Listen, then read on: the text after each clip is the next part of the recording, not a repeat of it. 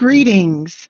As the president of the Hartford Alumnae chapter of Delta Sigma Theta Sorority Incorporated, it is my pleasure to welcome you to the 36th annual Dr. Martin Luther King Jr. Scholarship Breakfast. This year, the format is quite different, but the purpose is very much the same.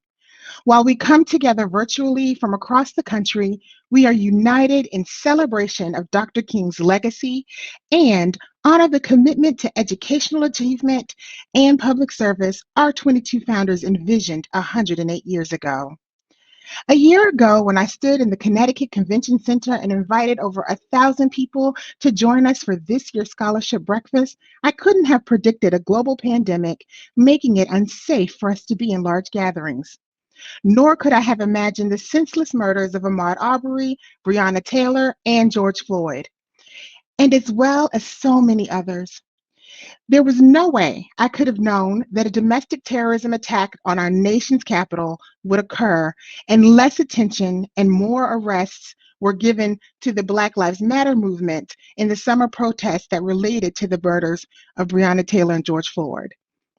And on a higher note, I could not have imagined that we would elect our first African American woman and first woman ever to be Vice President of the United States. So much happened in 2020, and while 2020 affected us all differently, I am reminded today that it was called the year of perfect vision. Perfect vision means we see clearly the road ahead of us and the path behind. We saw continued racism in the treatment of Black and brown women in the hands of police and or average everyday citizens who chose to weaponize their whiteness and their privilege. We saw racial inequities in the COVID-19 pandemic, and we saw insightful, petty, and threatening leadership that further exacerbated racial injustice. But the road ahead is paved with promise. In front of us is the living dream of Dr. Martin Luther King Jr. It is time for our breakthrough as a nation. It's time for us to break free of the chains of racism in all of its forms, privilege that allows us to buy into false notions of grandeur and authority, and we must embrace our destiny to become the nation Dr. King dreamed. If we don't answer the question, if we don't, the answer to the question embodied in our theme today, civil rights, a movement or a moment, is evident. I argue that we are a people who have gathered to celebrate Dr. King, and we are moment makers. We are not moment makers. We are movement minded. Let today be a reminder that liberation is not free, it is not easy, but it must happen. I charge each of us to walk together toward the call of liberation and act accordingly. Be ye uneasy with the status quo and be a disruptor of racism, supremacy, and privilege wherever it shows up. Consider our time today as a day on and an invitation to ask ourselves every day from this day forward, what am I doing to live Dr. King's dream? What am I doing to dismantle racism? And what am I doing to further the moment? I want to thank the Dr. Martin Luther King Jr. Scholarship Breakfast Committee, the Public Relations Technology Committee, and our chapter members for their hard work. I'd like to thank Rocket Ship Consulting for all of their help in the production of today's event. And I'd like to thank our speakers and our sponsors, but most importantly, thank you to all the movement makers who are participating. Don't forget to use social media and hashtag 2021 MLK Breakfast or hashtag DST Hartford across all social media. And now we will have welcome remarks from our state and local dignitaries. Good morning to our Hartford Alumnae Chapter President, Takesha Everett, to the distinguished panelists that we have with us here this morning, members of the National Executive Board of Delta Sigma Theta Sorority Incorporated, to any elected public officials and our corporate sponsors that are present this morning, to my sorors of Delta Sigma Theta Sorority Incorporated, and members of the Divine Nine Panhellenic Society that are represented with us here this morning. I bring you greetings on behalf of the Grand Chapter of Delta Sigma Theta Sorority Incorporated and our National President, Beverly E. Smith. These are very uncertain times that we're living in, and I wish that we could all be together as we always are on the Martin Luther King holiday in order for us to come together to commemorate and celebrate a man who not only changed a country, but who impacted a world. Today, we celebrate the life and the vision of Dr. Martin Luther King Jr. I always go back to the Bible and the book of Micah, chapter 6, verse 8, where the prophet says that God has already told us what is good. It states, "What doth the Lord require of thee?" The verse tells us, "but to do justly, to love mercy, and to walk humbly with thy God." Delta Sigma Theta Sorority Incorporated for 108 years through sisterhood, scholarship, service, and social action, and through initiatives and programs and projects such as this Dr. Martin Luther King Jr. Scholarship Breakfast, has continued to promote empowerment, advocacy, leadership, and service to affect social change. Delta and its membership believes that occasions such as these provide opportunities for us to come together as a community. The coming together of nonprofits, of our Divine Nine, of organizations of such rich history like the NAACP, the Urban League, our corporations, our communities, our churches, our civic organizations, and our membership. Today, let us reignite a commitment to a shared vision and shared dream, that we would remain steadfast to the dream and the vision of Dr. King, and so many of our own phenomenal members that have guided the direction of history and functioned as catalysts for change. Dr. King, through his vision and determination, and most of all, relying on his faith in the redeeming power of love, he endured the humiliation of arrests, the loneliness of a prison cell, the constant threats to his life, until he finally inspired a nation to transform itself and begin to live up to the meaning of its creed. The man we honor today did what God required. What we hope today, by bringing together the community, the corporations, and the organizations that are represented here today, is that each of us within this room or within this Zoom presentation would commit to the responsibility of serving as a catalyst for change. Together, we can give direction and insight to this ever-changing society. As Dr. King asked us to remember, as a man that committed his life to serving others, remembered as a man that tried to love somebody, a man whose words gave voice to the voiceless, and whose deeds gave courage to the faint of heart. Let us each, through our stories, individually and collectively, be one of activism. This is needed so much in these days and times, these days where we live on pandemics of COVID-19, but also pandemics of systemic racism. We are in a history that has chronicled our incredible journey from the Middle Passage to the White House, from the cotton fields to the playing fields, from the Underground Railroad to colleges and universities, from the backs of city buses to the head of corporations. We have to live with the freedom God intended, where our citizenship is unquestioned, where our dreams are unbound, where Black lives matter, where we have to continue to fight for what is right and to strive for what is just, and to find within ourselves the spirit and sense of purpose that can remake a nation and transform a world.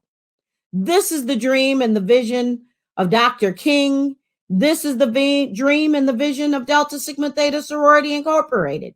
And we hope that the vision and the dream that we share this morning through our Martin Luther King Scholarship Breakfast, through the knowledge and the insights of our panelists that are sharing with us this morning, that on this auspicious morning, leading into the inauguration of a new president, hopefully a new world, a new dream, new visions, that each and every one of us will rise up and behold the truths that are self-evident, that all men are created equal, and that we as a community and a nation can change this world.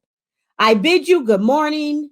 May God bless each of you, and may God continue to bless Delta Sigma Theta Sorority Incorporated, and may we live out our dreams and our visions, those today and those yet to be realized. Thank you so much for this opportunity, and I bid each and every one of you a great good morning. Enjoy the Martin Luther King Scholarship Breakfast. I am always moved and motivated by the words of our National First Vice President and Hartford's own, Cheryl A. Hickman. Thank you so much, Cheryl. Each year, we are joined by our elected officials, national, state, and local, to welcome to the breakfast. Please welcome Senator Blumenthal, Senator Murphy, Governor Lamont, Lieutenant Governor Susan Bicewicz, State Treasurer Sean Wooden, Hartford Mayor Luke Bronin, and Bloomfield Mayor Suzanne DeBeetham Brown. Hi, I'm Richard Blumenthal, your United States Senator, and so proud and excited to be joining you again, as I have so many years in the past, for another scholarship event. My thanks to Delta Sigma Theta for giving me this great opportunity to say thank you for the work you have done in providing scholarships, $400,000 to 140 young women, opening new vistas and opportunities for them. My thanks in particular to Keisha Everett for giving me the platform to be with you today and to say thank you for your groundbreaking and visionary work on civil rights and civil liberties. On the Senate Judiciary Committee, where I sit, I asked virtually every nominee to the federal bench, was Brown versus Board of Education correctly decided? Incredibly, some have refused to answer that question. But we know that Brown was simply another step in the continuing march and battle toward a more just and fair America. That is our common goal. That's our pledge to each other today. And that's my pledge to you. I will continue fighting for all the programs and legislation that are necessary to make America fairer and juster. We are in the midst of a pandemic, an economic crisis, but we are also going through a racial justice movement. Very proudly, just as during the civil rights era, young people have risen up to leadership and led so many of the peaceful marches and demonstrations that I was privileged to join last spring, more than 20 of them, so inspiring and moving. And that racial justice movement is about more than just policing or criminal justice. It is about housing, where redlining still continues, about healthcare, where disparities result in tremendously disparate impacts of this pandemic, and where job discrimination and environmental justice are still continuing challenges. I pledge that those problems will continue on my agenda to be top priorities, and where I look forward to working with you to advancing education as you are doing through this event and opening new opportunities. I thank you so much for the great contribution you're making and for the example of leadership you are providing.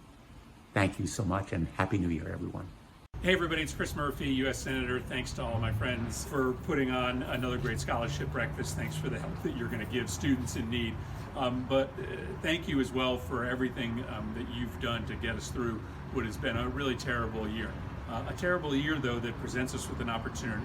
This civil rights and racial justice awakening that happened in the summer of 2020, it can lead to real change, and not just in Washington, where I serve, but in Hartford, at the state capitol.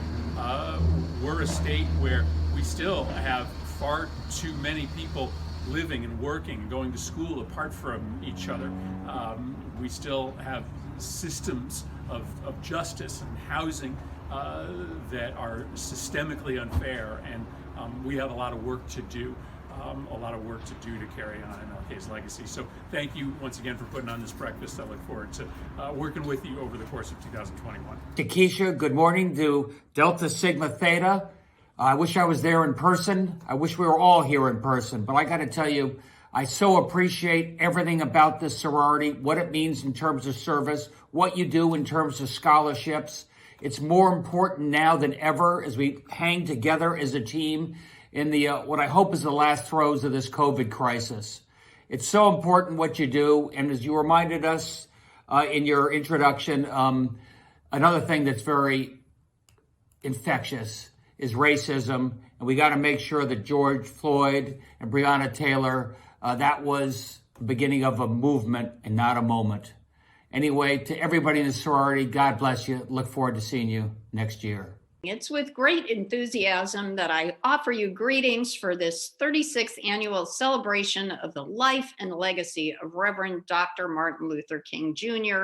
and in support of this morning's host organization, a group of women who've dedicated themselves to so many of the very principles for which Reverend Dr. King stood.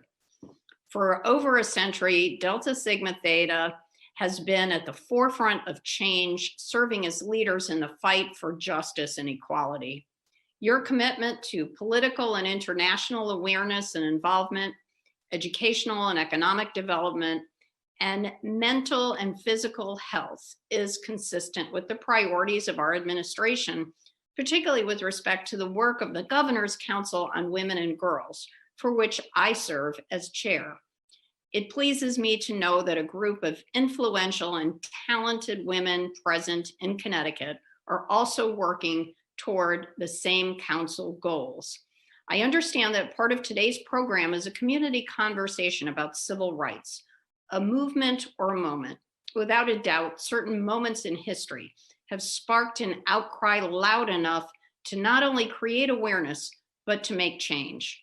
Moments such as seeing the brutalized body of Emmett Till at his open casket funeral in 1955, and just months later, Rosa Parks refusing to give up her seat, or as recent as this past year with the reckless acts that led to the death of Breonna Taylor, followed just months later by the unconscionable murder of George Floyd, sparking marches across the country and the globe in support of Black Lives Matter.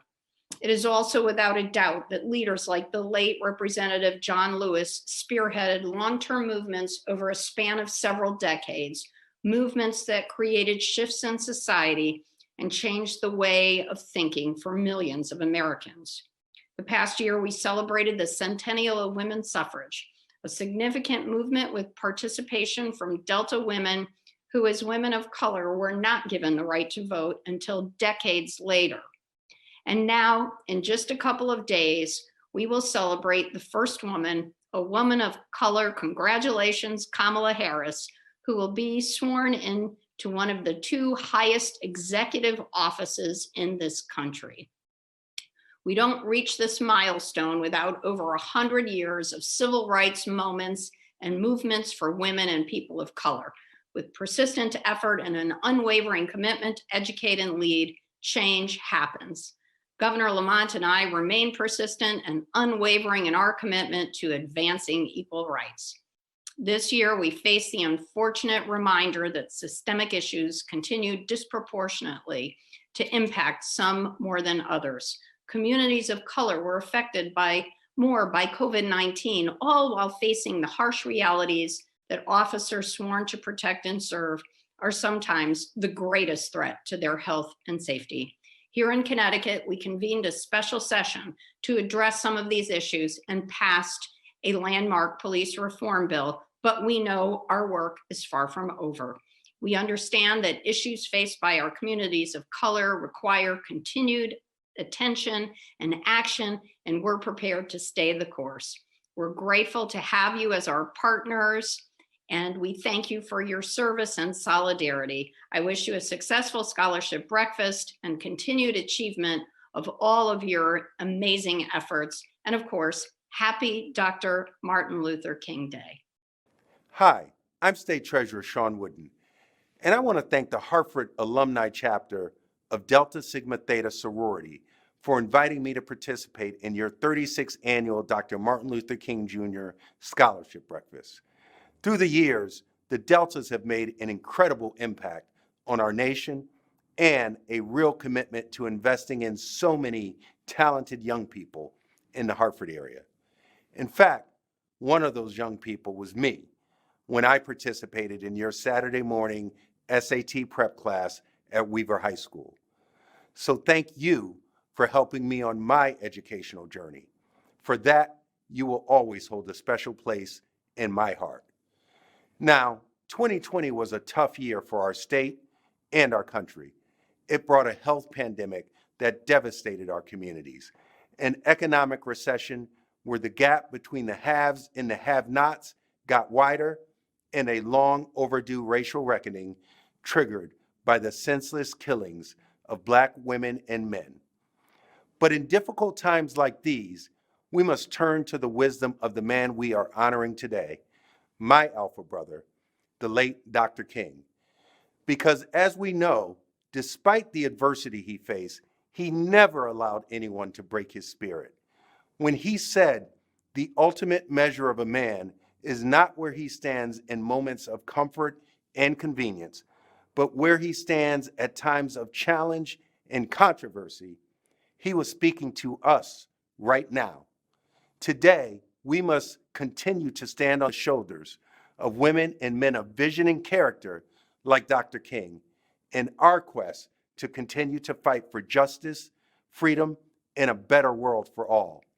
I thank you for remembering Dr. King's legacy and for recognizing that his work is just as important today as it was during his short lifetime. As Dr. King said, we are confronted with the fierce urgency of now. This is no time for apathy or complacency. Thank you so much for inviting me to address you today. Good morning, Deltas, and good morning, everybody. It's so good to be with you virtually, but as we've all said so many times this year, I wish that we could be together in person. This Deltas Breakfast is always such an inspiring and powerful way to begin this day of remembrance and reflection and rededication. And it's also part of the rhythm of the year when we come together by the hundreds or the thousands in the convention center to commit ourselves to all the work that's left to be done. And we know this year that there is so much work left to do. We saw this past summer an awakening among many who didn't previously acknowledge the inequity and the disparity and the systemic racism in our country and in our communities. We saw the horrific examples of those injustices at work with the murder of Breonna Taylor and Ahmaud Arbery and, of course, George Floyd. But we also saw tremendous reasons for hope. We saw the Black community and Black women in particular helping to retake the presidency with their votes in November. We saw Black women in Georgia help lead the way to retake the United States Senate with a historic pair of victories. And of course, we see the Divine Nine represented at the highest levels of the White House in Vice President Kamala Harris. So yes, our country is facing unprecedented threats, and our country right now has reason for enormous hope. And we as a community, and we as a state, and God willing, we as a country will choose the path of Dr. Martin Luther King's dream and throw into the dustbin of history the hatred and the racism and white supremacy that we saw on display in our nation's capital last week. But a part of that is the work that the Deltas do every single day to empower young people, to empower women, to empower communities. And that's what this breakfast is all about. So it is with deep gratitude to the Deltas, as always, with deep sadness that we cannot be together in person, but with great hope that our great country may soon be able to turn a corner and not return to where we were, but become stronger and better for the events of the last year. God bless you all for what you do. It's good to be with you. Thank you. Good morning. My name is Suzette DeBeetham Brown, and I am the mayor of the best town in Connecticut, Bloomfield. I'm also a proud member of Epsilon Omicron Omega chapter of Alpha Kappa Alpha Incorporated. I bring greetings to the wonderful women of the Hartford Alumnae chapter of Delta Sigma Theta Sorority Incorporated on this, your 36th annual Dr. Martin Luther King Jr. Scholarship Breakfast. Thank you for continuing the legacy of Dr. Martin Luther King in helping to educate our young girls by providing scholarships so that they can further their education and reach their dreams. The work that you do will not go unnoticed. This breakfast is something I look forward to every year because I know that I will be encouraged and inspired. This time more than any, the words of Dr. Martin Luther King rings out. We must learn to live together as brothers or die together as fools. I look forward to all that this breakfast will bring us this morning. Once again, thank you for your service. Thank you, Mayor DeBeetham Brown, and to all of our elected officials who brought greetings and welcome to our participants today. At this time, I will turn the program over to none other than Joelle Murchison, the Martin Luther King Jr. Scholarship Breakfast Committee member and chair of our corporate and community partnerships, who will serve as our MC for the rest of our program. Joelle? Good morning, and thank you so much, Takesha. Since 1985, the Hartford Alumnae Chapter has invited corporations and organizations in the Greater Hartford area to join us at this breakfast in support of our scholarship program. We can't thank our corporate sponsors enough for embodying the dreams of Dr. King by continuing to support this program year over year. This year, we are pleased to have increased the number of corporate sponsors and community partners who have come into the fold to support our efforts and mission to break down barriers to access to higher education for college-bound young women from the Greater Hartford area. I am pleased to welcome several new sponsors this year. First, at the platinum level, Stanley Black & Decker. At the silver level, Carlton Fields. At the bronze level, the Hartford Foundation for Public Giving, Trinity Health of New England, Webster Bank, Otis Service Center. Additionally, this year, we want to share that we took the effort to partner with 2 Black-owned restaurants in the city of Hartford, Stella's African Eatery and K-Bar, who have generously agreed to provide a discount to you if, in fact, you print your confirmation of having attended our breakfast and bring it into their establishment. It is very important that we continue to support all of our local businesses, but in particular, our Black-owned businesses. Please be sure to patronize Stella's African Eatery and K-Bar Restaurant as we move throughout this year.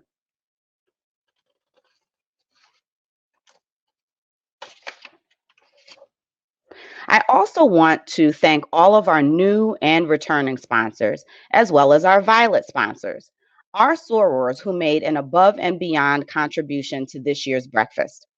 I would also be remiss if we did not give special recognition to our signature sponsor, Travelers, who stepped up this year to deepen their commitment to the academic advancement of Black girls in Greater Hartford, a commitment that they have now made for 20 years running. Please join me now as we watch a very special video created by Travelers in honor of today's event. Through his advocacy of nonviolence, Martin Luther King Jr. made monumental differences in our world.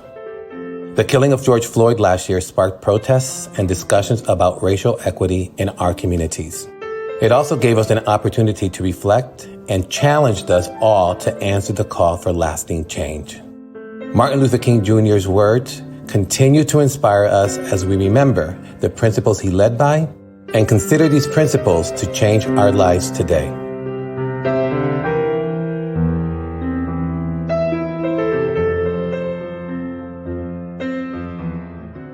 Show respect and be honest while standing up for others. Continue to inspire others by using our voices to change the narrative.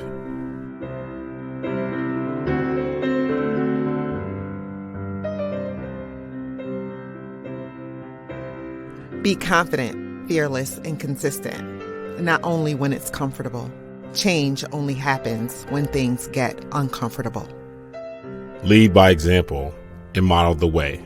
Encourage others to recognize differences to support an environment of success.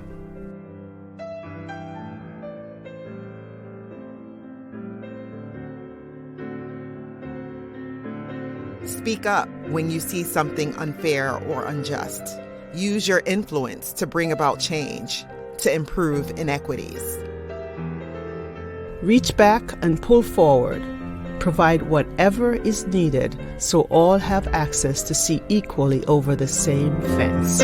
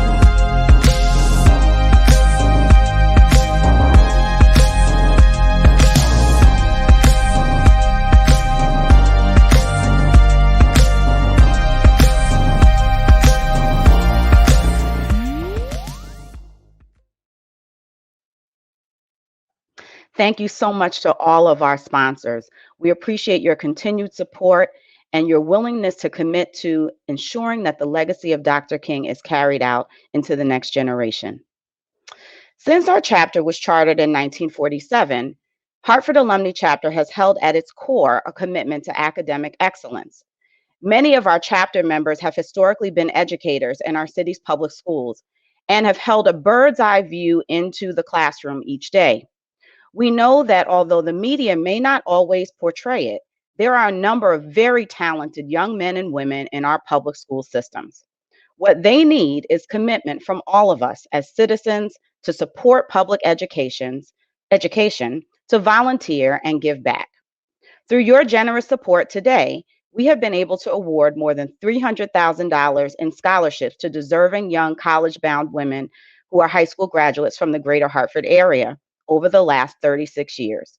Your presence here this year at yet another successful breakfast ensures that we will be able to continue our mission. I now have the pleasure of introducing to you one of our past scholarship recipients, Dolores Rochester, a proud graduate of Hartford Public High School in 1993, who went on to receive a Bachelor of Science degree in Chemical Engineering from Brown University, a Master's of Engineering from Rensselaer Polytechnic Institute, and a Master's in Business Administration from the University of Chicago's Business School. I will allow Dolores to tell you the rest herself. Good afternoon. My name is Dolores Rochester, and I have the pleasure of being an MLK recipient. I want to share with you a little story. Back in 1993, I graduated from Hartford Public High School. I attended Brown University, but the challenge with attending Brown was I didn't have the resources to do so. I have two immigrant parents, both of whom really didn't know how to navigate the college process, and not a lot of resources in order to pay for it. This meant every and all dollars that I could secure, the MLK recipient scholarship being one of them, was going to be material to my ability to attend Brown University. Oftentimes, that first step of being able to attain a college degree is the catalyst for everything that comes thereafter. Fast forward a little bit. I have achieved 2 advanced degrees. I have a master's in material science from Rensselaer Polytechnic Institute, and I have an MBA from Chicago Booth School of Business in finance and entrepreneurship. None of that would have been possible had I not taken that first step, and had it not been for the MLK giving and contributing and recognizing my academic excellence and philanthropic contributions to be able to seed into my future. Where am I now? Right now, I am the group vice president at Oracle for Oracle's cloud infrastructure.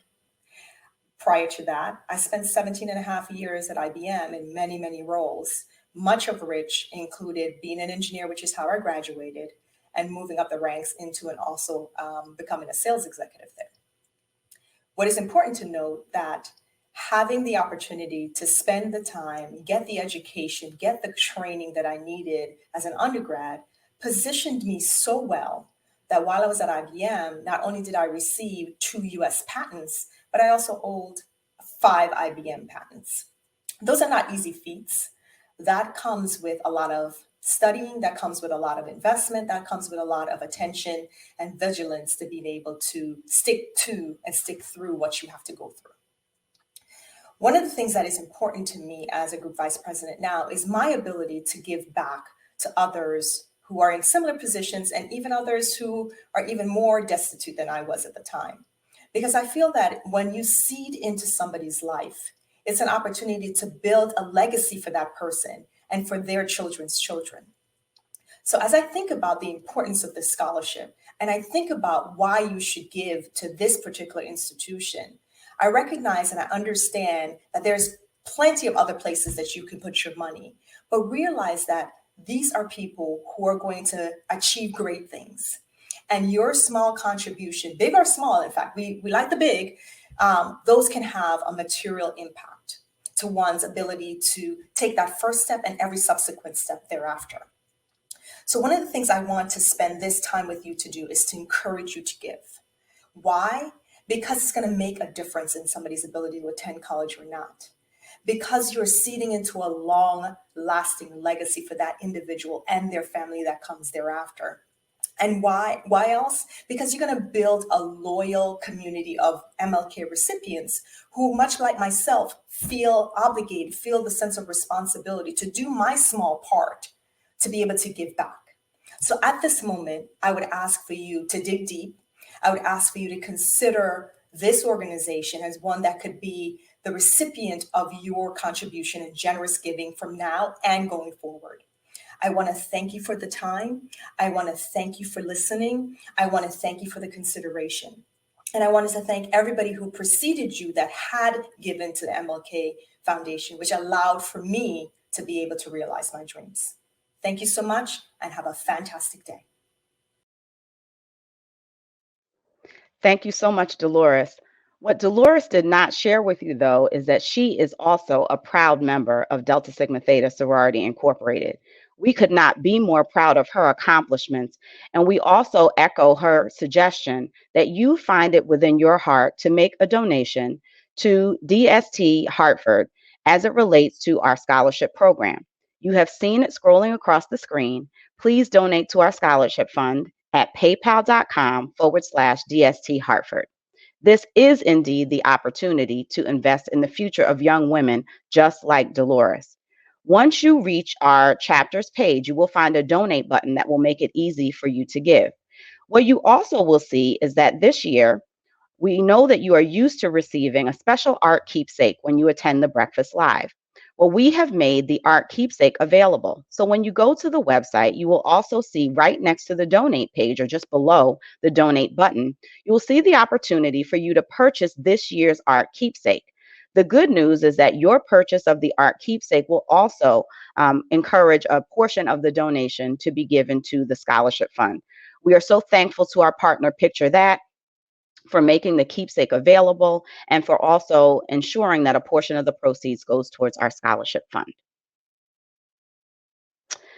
Although we could not provide you with breakfast this year, hopefully by now you have given your body some fuel. However, it is now our opportunity to give you some food for thought. This year, as a special treat, one of our chapter members suggested that we connect with a friend of her family, who happened to be the daughter and son of Martin Luther King Jr.'s confidant, the Reverend Dr. Ralph Abernathy. We had the opportunity to spend some time with them as they reflected on the theme of our event and posed some questions to our panelists. Hear now from the children of Reverend Dr. Ralph David Abernathy. Hi, I'm Wanda Lynn Abernathy. I am the oldest of the children of the late Reverend Dr. Ralph David Abernathy and Juanita Jones Abernathy. I was born in Montgomery, Alabama. My father stated years later that actually I was the first child of the movement because I was born in the time when the Montgomery bus boycott started. Yes, growing up, being the oldest, it wasn't quite easy, I must admit. And growing up in the heat of the movement, we had wonderful times, but we had very sad times. And it was very tiring to live constantly in fear of maybe our house being bombed again. My mother and I escaped our house being bombed in the 10th of January, 1957. It's a miracle that my mother and I lived, and at that time she was pregnant with my sister Downsley. Yes, being afraid of police brutality. But our house was always full of people who always came and they were negotiating and having meetings and Uncle Martin and Uncle Coretta, Dr. King and Coretta Scott King, his wife, and John Lewis and the student nonviolent movement. They spent the night at our home and my mother prepared for them. And that was an exciting time as a little child. But then moving to Atlanta, Georgia, and later on having to integrate Spring Street Elementary School and being confronted with going to school with children who actually did not want anything to have to do with me, being called names, being spat on. For a young lady that's growing and developing, it was quite difficult. But I must admit, having a home of which my mother really prepared for us, she taught us, and my father taught us self-pride. So we had a family that stood behind us and stood by us. I had a church family who loved us and cared for us, and that gave us stability. Having a home that was we could always go home and discuss things and talk about problems, and we got comfort being around our family. I have a problem, and I also have a question. Why is it that it's so difficult to try and influence people especially Black people, minorities, and white people, how important it is to know about the Black history? To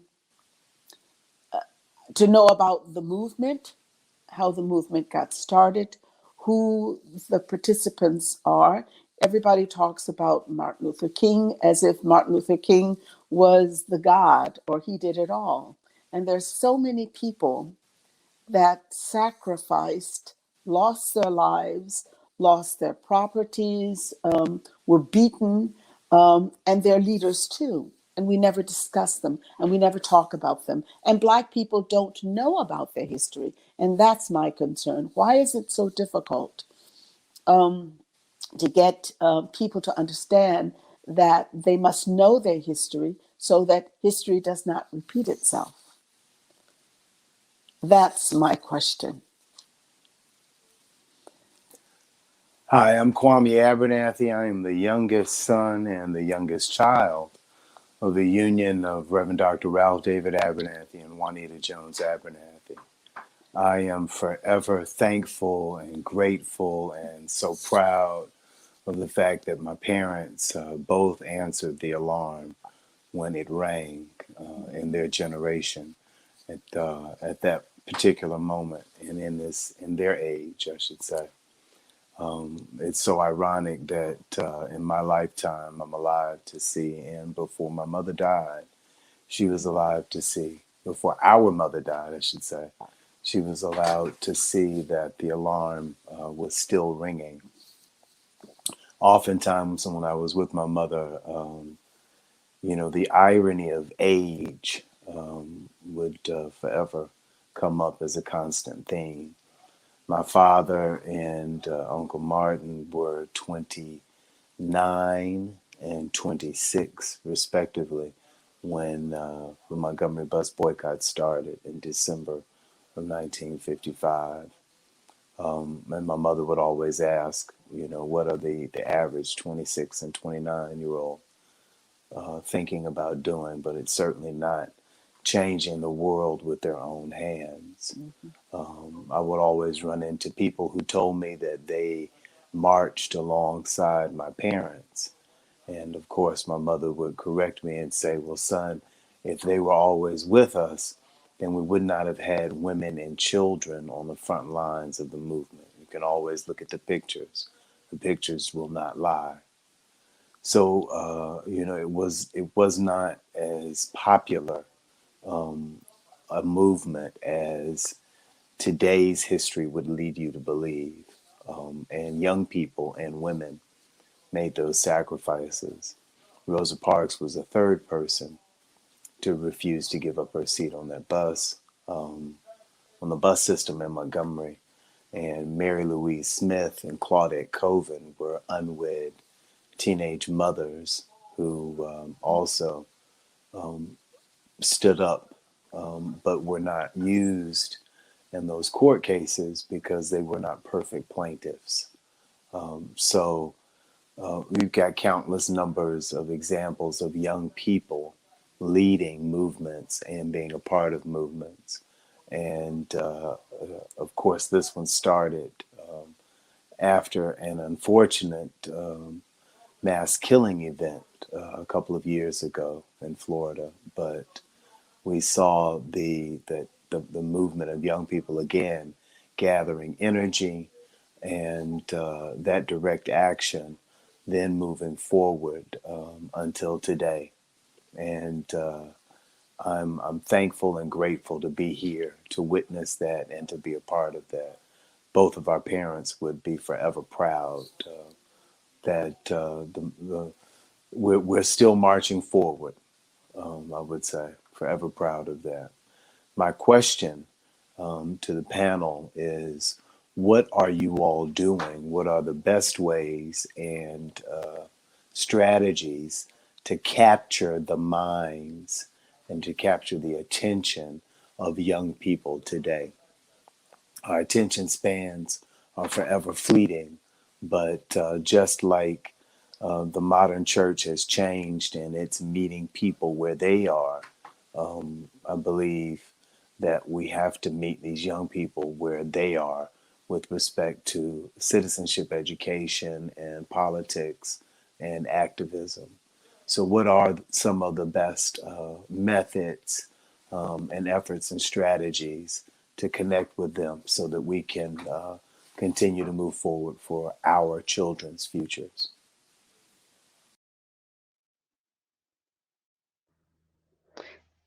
Thank you so much. It was so wonderful to hear the voices of the Abernathy children. I now have the honor of introducing to you, to set the occasion, the chairperson of the Martin Luther King Scholarship Breakfast Committee. She has demonstrated formidable fortitude as we endeavor to transition our in-person breakfast to a virtual presentation. I will now turn the program over to Dolores Johnson Drakes, who will set our occasion, introduce our moderator, who will then lead us in our panel discussion. Sora Drakes. Good morning. Welcome to our community conversation, Civil Rights Movement or Moment. In the words of Betty Davis, fasten your seatbelt. This could potentially be a bumpy ride. Uncensored conversation with the intent to move from inertia to action. You have been wondering perhaps what has motivated our theme. Then here it is, a personal, eye-opening encounter. One morning a few weeks ago, I was driving home after dropping my daughter off at school.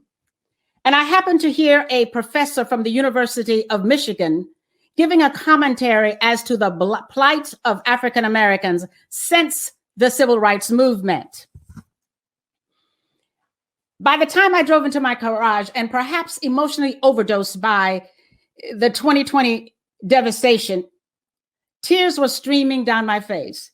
Basically, what the professor was saying was, there has been change and yet no change. There has been improvement, but not sustainable improvement.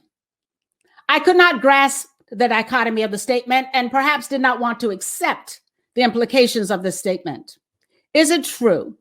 Is it conceivably true that the struggle and martyrdom against oppression, exploitation, racism, was it all for naught? And let's put racism in a perspective of the reality, and as I have heard it, racism is not a mean people being mean to a people. Racism is people in positions of power denying a people their right, their inalienable right to life, liberty, and justice. The personal encounter then begins to ask the question, Civil Rights Movement a moment? The answer is perhaps depends upon the person that you ask or the perspective on which they answer it. Based on my research, the economic stability of African Americans has improved since the Civil Rights Movement when compared where Blacks were then and African Americans are now. But again, and in reality, and in case point, we have not yet been able to achieve the improvement which we are looking for. So we shouldn't be disillusioned by our call to the table with just a voice. We should have a voice of influence and a voice of power. And as we have gone down through history, we are fully aware that we are not in this struggle alone. The Underground Railroad was not homes owned by Negroes. The March on Selma, Alabama did not consist only of Black people. The protest throughout this country in 2020 against the inhumane 8 minutes and 40 seconds did not consist only of African Americans. So let's peel back the onion and look into the inner core, identify the root cause, no matter how ugly it is, and let it begin in you and me to drive sustainable change that will benefit all people. Now let's get to the conversation.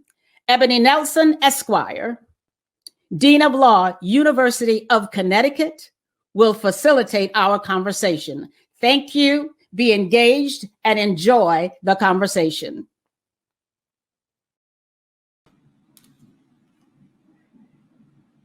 Thank you so much, Dolores. Good morning, everyone, and happy MLK Day. It is such a pleasure to be with you all today to moderate this important discussion. I thank the Hartford Alumnae chapter of Delta Sigma Theta Sorority Incorporated for the invitation to participate this morning. As the first African-American woman to lead the University of Connecticut School of Law as its permanent dean, it is with a great deal of gratitude that I celebrate the legacy of Dr. King and so many others and their commitment to justice and equal opportunity for all. Today, we reflect on the theme, Civil Rights Movement or Moment. We engage in this reflection at a time when the dual pandemics of COVID-19 and systemic racism expose and exacerbate disparities that exist in our country. We engage in this reflection at a time of hopeful anticipation as we stand at the precipice of making history with the inauguration of this country's first African American and South Asian American female vice president. With our distinguished panel of experts, we will examine the lessons learned during the civil rights movement and how we can apply them today. We will discuss whether the movement has continued or whether it was simply a moment in time, one that we must revisit in order to provide us with insight as to where we go from here. Given the challenging times in which we are currently living, I'm very excited for this important discussion. Without further ado, allow me to introduce our esteemed panelists. Joining us today are Dr. Takesha Everett, Executive Director of Health Equity Solutions, Ms. Tamika Mallory, Civil Rights Activist and co-founder of Until Freedom, Representative Brandon McGee, Community Activist and the immediate past chair of the Connecticut Black and Puerto Rican Caucus, and last but definitely not least, Deacon Arthur Miller, Director of the Office for Black Catholic Ministries for the Archdiocese of Hartford. Welcome to you all. Let's begin our discussion with the following question for all panelists stemming from our theme. Was the civil rights era a movement, a moment, or perhaps both? Deacon Miller, as someone who was intimately involved in the civil rights movement, let's begin with you. Well, thank you, Dee Nelson. It is certainly a joy to be here this morning. And first, I'd like to thank God, not only for this extraordinary sorority, but for those who have spent their time and hopefully their money to be with us. You know, Dr. King was honored by God. God bestowed upon him courage and wisdom, weaknesses, and strength. Indeed, we honor Dr. King not because he was God, nor the Messiah, nor Moses, nor Muhammad. No, we honor Dr. King because he was a man who God used to lift us up, to show us that we too can bring about a change that was and is so woefully needed. Like many of the martyrs that preceded him, he was not the only nor the first one to die. Like Emmett Till, he was not the first to die. Like George Floyd or Breonna Taylor, they were not the only ones or the first to die by the hands of the police. Or Rosa Parks. We know she was not the first to be arrested, but they were the ones that time and place made it possible for the clarion call of justice to be heard. So we dare not diminish the moments, nor the people in our history that caused us to stand up and begin a movement towards justice. You know, I'd like to take or give one message this morning. We have come to believe an error in our history. Emmett Till was not murdered because he whistled at a white woman. Despite what history might teach us, Emmett Till was murdered because in that little town of Money, Mississippi, the people believed that their hate-filled way of living was right, that those white folks in that little town of Money, Mississippi felt that their social construct, which was based on hatred, was right. Emmett Till was not murdered because of what he did. He was murdered because that little town fostered and nurtured and breathed hatred. It wasn't anything that Emmett Till did. He was the victim. The perpetrator of that crime was hate. Those two men, Bryant and Milam, the ones who murdered him, they were only the tip of the spear of the hate that was nurtured and encouraged that murdered that little boy. But the arm that thrust that spear was not only Money, Mississippi, but the state of Mississippi. And not only the state of Mississippi, but the United States for tolerating and fostering hatred. And unless we begin and continue that movement of disarming our nation's very foundation of hatred, systemic racism, we will never, ever confront the truth, nor eliminate the truth of what has happened in our nation and in our country and in too many hearts. Thank you so much, Deacon Miller. Miss Mallory, your thoughts?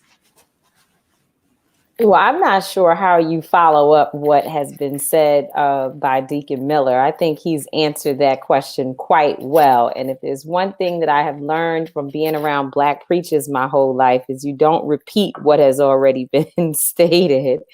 But I would say that I think I think that the answer is both, right? A moment and a movement. I think it is a moment in time when a movement is necessary. And we continue to see those moments come forth, and we have an opportunity to build movements and to sustain movements through unfortunate traumas that, we experience. I think that, if I had to give an example, I would say that when you look at Breonna Taylor, what it presents is an opportunity for us to stand up for Black women who are killed by the state. And that is something that I feel should be, I'm sure we all agree, a stronger movement, because we do have Black women who have been killed by police, and their names often fall to the wayside. We don't necessarily sustain movements in the same way as when our brothers are killed. And obviously, and of course, again, we all agree that there should be strong movements to support Black men. But there also must be room made at the table for Black women, for Black trans folks. And so I think, it is definitely a moment where we have an opportunity to expand the movement as well and bring other voices to the table. What we saw happen over this past summer was an emergence of a diverse community deciding that police brutality and the pain and suffering that we have been experiencing and we've been crying out about for far too long, that enough is enough. And you see more people rushing in to be part of this movement. And I think it is the moment that many decided enough is enough and it's time for us to all stand together. So I would just add that piece that, definitely this is a both and concept, if you will. It doesn't have to be one or the other. Thank you so much, Ms. Mallory. Amen. Amen. Yes, Deacon Miller. Representative McGee, building on that, again, if we take it from the both a movement as well as a moment, what lessons have we learned that we can take into today? Well, first and foremost, I'm just so honored to be among so many great people. And I think Deacon Miller and my sister Tamika, they've so eloquently shared such great responses with respect to whether or not it's a movement or a moment. And I completely agree with both of them that it is both and. Some lessons, I think, though, that we could probably take from the civil rights movement is that, number one, we've got to understand that the 1960s, they achieved almost a mythic status as a hinge point in American history. Both those who welcomed and those who feared the convulsive changes in the decade brought can agree on one thing: socially, culturally, and politically, we know the name was a different place. And when the 60s ended, they also began at a different place. And so I just wanted to add that point, that the civil rights era was definitely a movement that prompted so many of the moments that we're living in today. But what have we learned, was your direct question. What have we learned? We've learned quite a bit, but one of the things that I'll pull out, and maybe we'll have an opportunity to unpack this, is our folks whose shoulders we're standing on today, they were consistent, they were persistent, and they were collaborative. They worked together on issues that impacted communities of color. And so I think there is something to be said about what it took to establish that moment or that movement that we're talking about, and lessons that I think we should remind ourselves as people of color in leadership positions. So I'll just stop there because I could probably carry on as a Pentecostal preacher, and I don't want to offend Deacon Miller. Thank you so much, Representative Vicki. Dr. Everett, your thoughts, please. Lessons learned. Well, I think what I'll add to the conversation is I think we learned a few things. I think first and foremost, we learned that we did ourselves a disservice as a country and in history to think that the civil rights era was just that, a movement that did not continue and move forward. We tend to talk about it as if it were the 60s, and then all of a sudden we overcame and we were able to live a great life, and oh wait, racism is over. And that's not at all what happened. I think we have learned and continue to learn that the civil rights era is an evolution. It is a moment that keeps going and keeps growing. The second part that I would add to this is that we learn from the civil rights era that we have to trust young people, and we have to involve young people, and we have to understand that a movement of yesteryear does not look like the movement of today. Quite frankly, I'm excited that we have this multi-generational panel today because we can show, one, first and foremost, that we can learn from our elders and we can extend from them, but we can also learn from our youth and extend from them and empower them. That's one of the things I think is very empowering about thinking about our civil rights movement of today, the Black Lives Matter movement, and how that is a radically different conversation than what we were doing in the 60s, and it needs to be, and it must continue. So the last part I will add is that we have also learned that we can't rest on our laurels. Listen, we talk a lot in America about white privilege right now, and it's very important that we continue to do so and to dismantle it, but we also have to wake up and recognize our own privilege. Many of us lived and were able to grow in lives and in ways that our parents and our ancestors could never believe, and some of us got rested instead of restless and sat on our behinds and earned our keep and earned our money and kept quiet in the face of murders and injustices that were happening to lower income African Americans. Instead of asking the question of why did that happen and defending their lives, we looked at them and said, what did you do? And how could you be better? We're going around teaching our young Black boys and our Black girls that they need to be quiet in the face of injustice, and that they need to put their hands up, and they need to do all these things that we do need to teach them so that they are careful. But we never ask them, we never get them to question, why is this happening, and stand up and stand against it. These are the things I think we're learning from this question about whether it's a movement or a moment.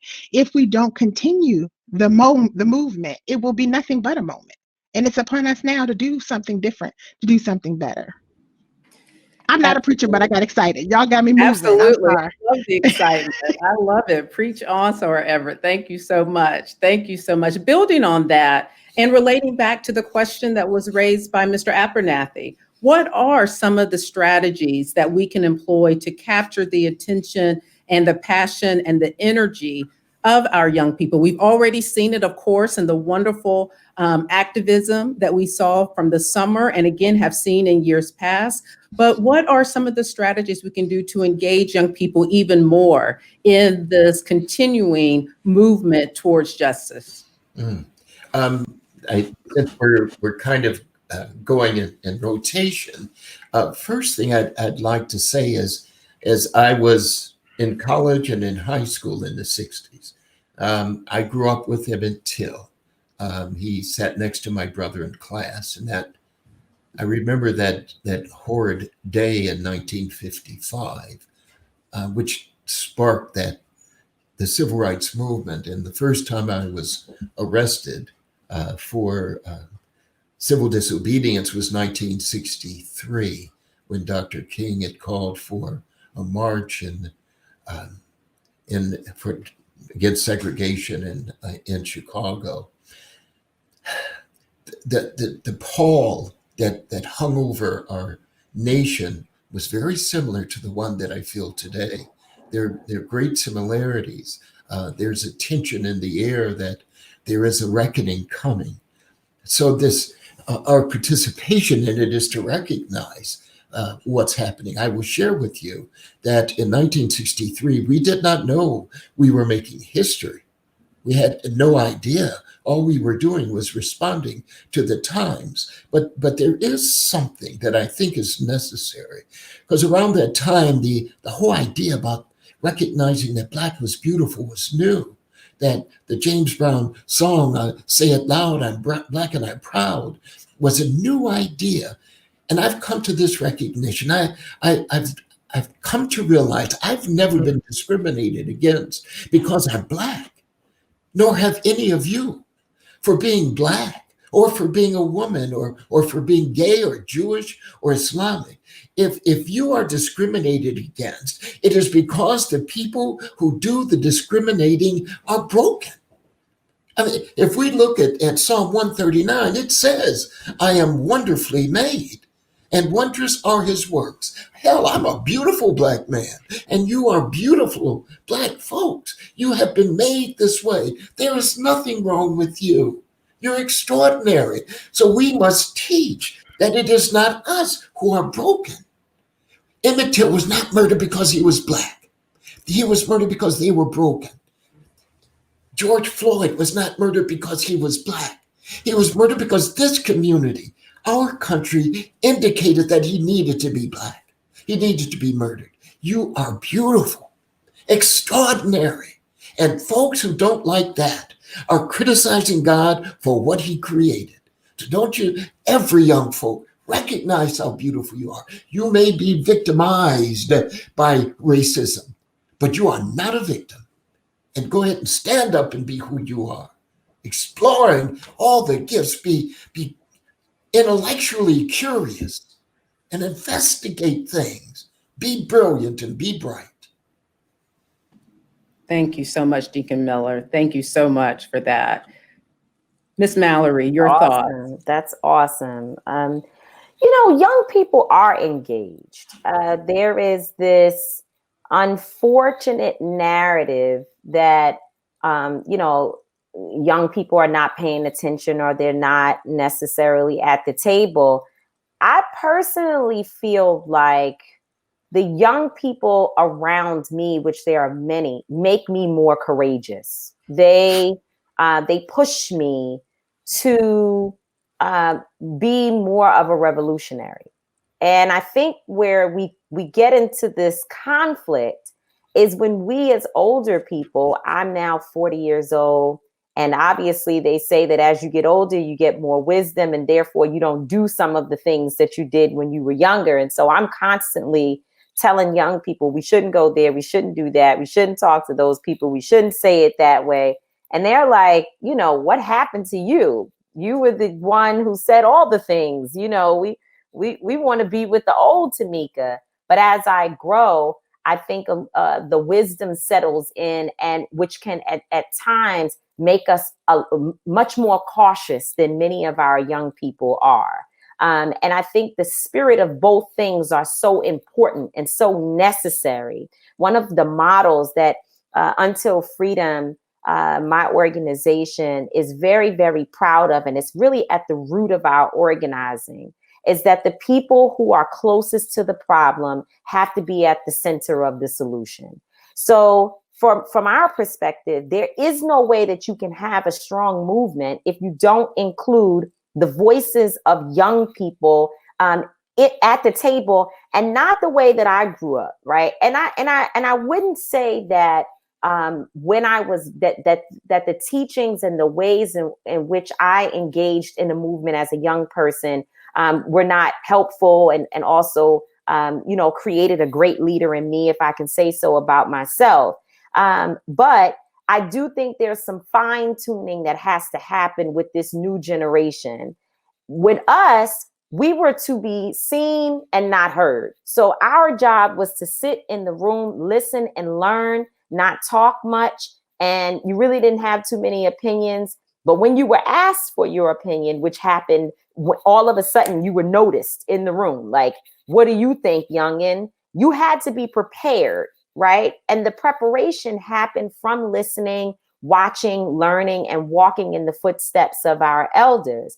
Today, these younger people have to be engaged in a way that makes it clear that their voices are part of the leadership structure of whatever it is that you are working towards. Their ideas, their concepts, their ability to use social media with their own messaging to help enhance and spread worldwide news about whatever it is that you're engaged in, your fight, your struggle, is so powerful that you almost have to have young people at the table. And again, I think that they have critical skills that have to be respected, and that's something that in this movement, I believe that once Black Lives Matter emerged, we saw a changing of the face of the movement. It does not mean, and I tell young people all the time, that our elders are the key to our success.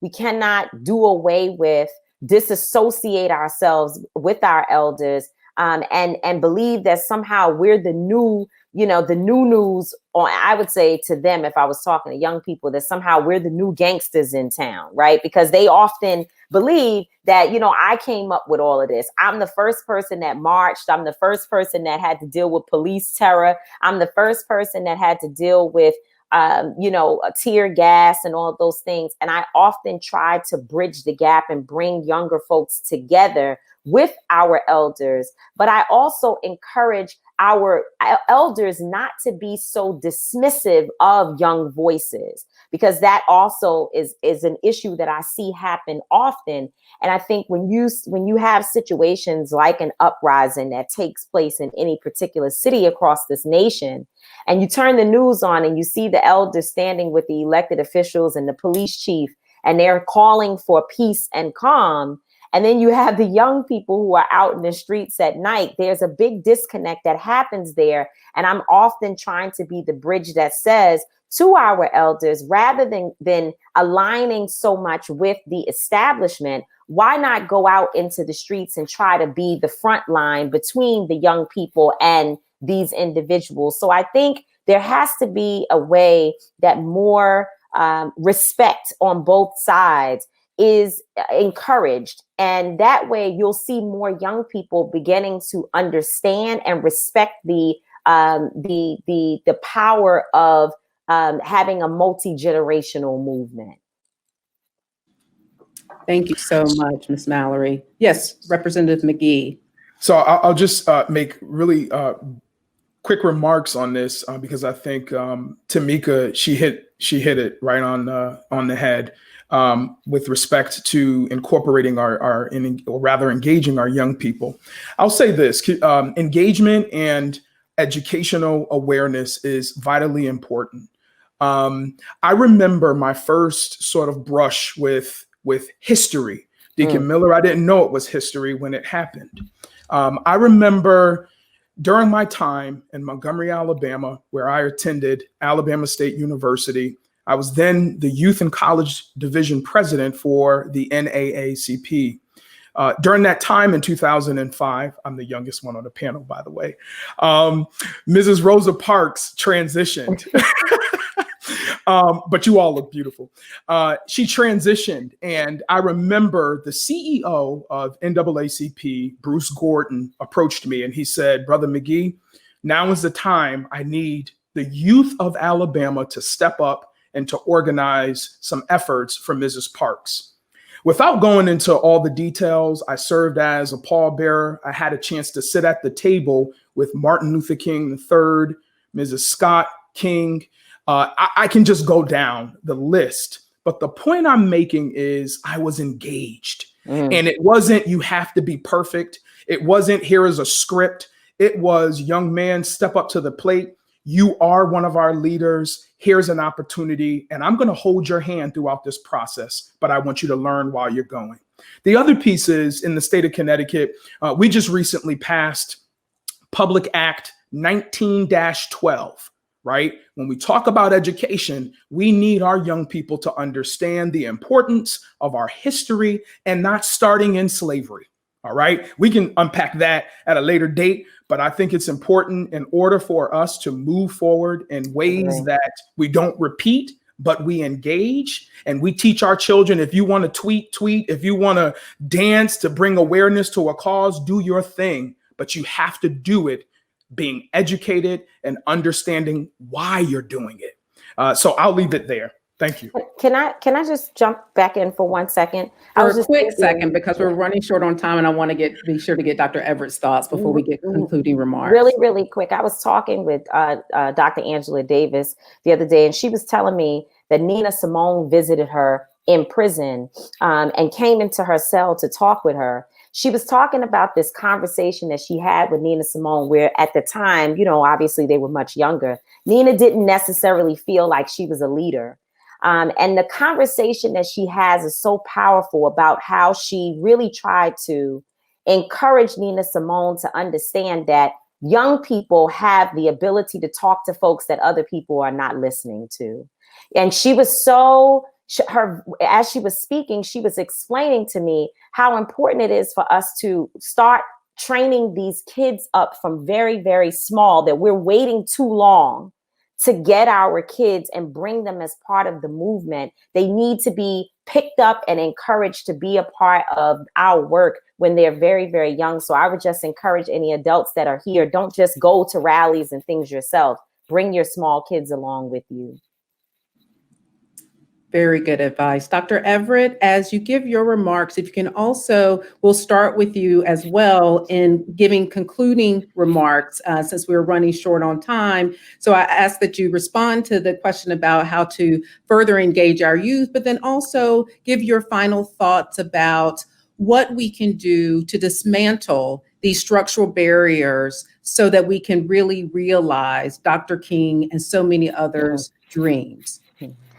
Yeah, so this is going to be okay. So this is going to be all wrapped up into one. So I'll first start about this comment around engaging our youth. I think that the way we phrase that question implies that our youth are not already engaged, and I really want to just highlight a real quick story of my 10-year-old goddaughter who lives in Chester, Virginia, who her mother overheard her actively having a conversation with one of her classmates, or maybe even an argument, if you will, about Black Lives Matter, the police brutality that happened in the summer. And she's 10 years old.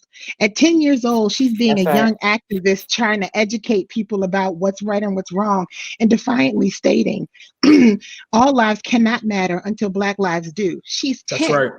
So let's be clear, youth are engaged. They're seeing what is happening. They know what's happening. What we have to stop doing is, one, being judgmental to the ways that they choose to be activists in the country. We have young people who have said, I have learned and I've heard about Dr. King and I understand about the processes and the histories of the past, but I have a new way forward. I have a different idea. I want to be more radical in what my actions are. And that radicalism is important because, let's be clear, we can't dismantle racism using the tools of the oppressors. We have to understand those tools, but we have to use a new way of thinking. Our colonized minds cannot continue to use our colonized solutions for the same colonized problems. We're only recreating them.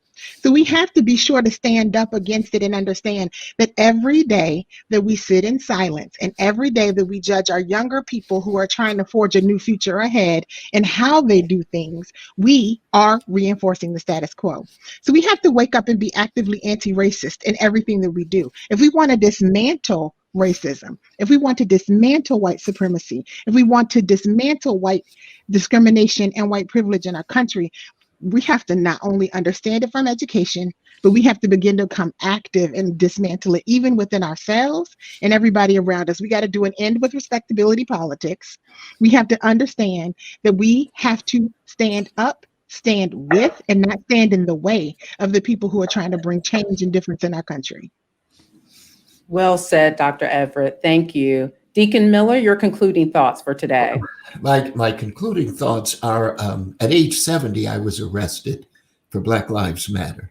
And so old folks can continue to do that work. But what I often tell young people at every rally that I ask them to lead, not me, And they do ask me to speak, and I tell every single one of them, I keep being told that folks, young people are standing on my shoulders.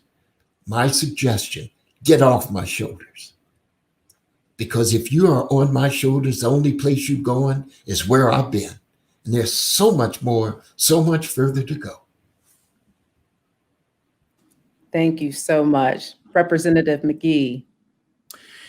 So I'm going to take a different angle to your question and my final remarks. I have been exploring the why, right, of how we are to be responsible and how to address the racial inequity and what is the role of an elected official. So I'll end by saying, not only have I explored the why, notwithstanding the success of the civil rights movement, the subordinate status of African Americans, as we know, persists. Key to my thinking, however, about this intractable problem has been the need to distinguish the role played by discrimination against Black people from that played by the counterproductive behavioral patterns among Blacks. This puts what is a very sensitive issue to me rather starkly. Many vocal folks in the state, many vocal advocates for racial equality have been loath to consider the possibility that problematic patterns of behavior could be an important factor contributing to our persisting disadvantage status. Some of my friends, some observers on the right of American politics, meanwhile, take the position that discrimination against Blacks is no longer an important determinant of unequal social outcomes. So I have long tried to chart somewhat of a middle course, acknowledging anti-Black biases that should be remedied while insisting on addressing and reversing the patterns of behavior that impede Black people from seizing new opened opportunities to prosper. I still see this as the most sensible position. And in closing, these two positions can be recast as casual narratives. One is what I call the basis or bias narrative, and racist or racism and white supremacy have done us wrong. We can't get ahead until they relent. So we must, as a people, as Black people, continue urging the reform of white American society to that end and to continue to fight for what is right. So again, thank you for this opportunity. Thank you so much, Representative McGee. Ms. Mallory, your concluding thoughts. I've been asked recently, honoring Dr. King. We always talk about that as we get towards this day. Every panel, every discussion, we want to talk about how we honor Dr. King. And of course, sitting with the insurrection and what just recently took place in this country, when I was asked that question, I was wrestling with this idea of what Dr. King would do in this moment. And what came to me was that he would stay focused, that whatever his goals were at the time that he was fighting, the dogs, the racists, the hatred that he received from his own people, the haters, as we called them, none of that stopped him from staying focused and clear about the mission that he was on. And so the other day, I shared on social media on January 6th when the insurrection was happening, and people contacted me and asked me whether or not I was prepared to go to Washington, D.C. to fight back. And I said, absolutely not. That I think it was a moment where white folks were going to have to deal with the America that they have created, and that we need to do exactly what we were told by the man who we hope will be out of the White House just on tomorrow, that we need to stand back and stand by. But I left out an important piece that I think goes in line with this idea of staying focused, that this is a real good time for us to get low, as they say, get together, as the rep has already said, Representative McGee, and work together on creating real substantive change and concepts for what it looks like to be a new America for ourselves. Because this country, as it was with COVID-19 and all that we see happening, will never, ever be the same. How do we use our collective voices in this moment to ensure that we are, one, not being so angry with those of us who will be speaking up against and being forceful towards this administration to claim and to be able to make good on the promises that were made when we went out to do the work. There have been plenty of people who said, hey, don't be so forceful yet. Give them a chance. Wait and see. We don't want to wait and see. We want to do the work right now. But the unity that we first need to, that we also have to work towards, is the unity within our own communities. And so I would say, let's stay focused. Let's, if we're going to honor Dr. King, not fight one another, but know our common enemy, and not allow ourselves to get caught in these moments when we're more upset with those who are calling for change than we are with those who actually need to change. Thank you all so much for having me this morning. God bless you, and happy MLK Day. Thank you so much, Ms. Mallory. And thank you to all of our panelists for sharing your knowledge, your expertise with us this morning. I think I speak on behalf of everyone that we wanted the conversation to continue. And I know my SARS and the Hartford Alumnae chapter of Delta Sigma Theta Sorority Incorporated will continue the conversation. So I thank you so much for being here. I thank you for being so inspiring and so educational. And I thank you for charging all of us to do what we need to do and to take the responsibility that we need to take to actually help bring about the change we want to see in our communities and in our country. It was an honor to be with you all today. Thank you so much for the opportunity. I now turn the program back over to our MC, Joelle.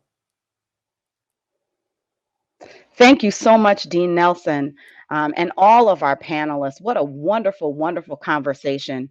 There's so much to say, and yet we promised that we would allow for you to continue on with your day. There are a number of other MLK events going on today, and we do hope that you continue in the context of making this a day on. So please do be mindful of a number of other MLK events that are taking place today. I want to thank all of our sponsors once again for your continued commitment to this event. We are very pleased this year to be able to provide scholarships once again to our high school graduates, as well as continuing scholarships to our students who are in college. And it is all of you, our attendees and sponsors, that we have to thank for that. I also want to remind you that, as I mentioned earlier, we've partnered with Stella's African Eatery as well as K-Bar. Both of those restaurants are Black owned and located in Hartford. Please, please, please go and support them. Make sure you take with them or bring your phone and show them your email confirmation of your ticket purchase so that you can receive a special donation from them, or not donation, I'm sorry, discount from them. Also want to remind you again about the opportunity to make an additional donation to our scholarship fund. Please feel free to visit dsthartford.com/2021 MLK Breakfast. You will find the donate button there. You can donate actually right via PayPal. You do not have to have a PayPal account. We welcome and we thank you in advance for your sacrifice and your donations. You also will be able to find information about purchasing a signature MLK art keepsake for 2021 at DST Hartford as well. You see it on the screen for you for a cost of $20. That's inclusive of shipping. And picture that our partner has made a portion of the proceeds available to support our scholarship fund. And we thank you for your diligence to that in advance. I just want to share a few of the closing thoughts just to give you some cliff notes of what you heard. This was a fantastic conversation, but yet just the beginning.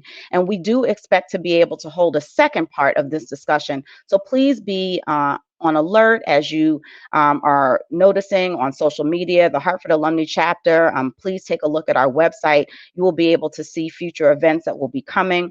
But I just want to share a few things with you. We heard Dr. Everett say colonized minds cannot continue to use colonized solutions to solve colonized problems. Representative McGee challenged us to figure out the why and to use both our intention around data and our understanding to be able to move us forward to dismantle racism. Deacon Miller urged us to get off his shoulders. It is time to move forward and not to stay stagnant in the place where we've been. And then Tamika encouraged us to stay focused. Stay focused, my friends. The fight, the challenge, the battle is yet ahead of us. We have things to be hopeful for. We see that our inauguration is coming in a few days, and yet we must remain focused. We must remain mindful, and we must keep our hand to the plow.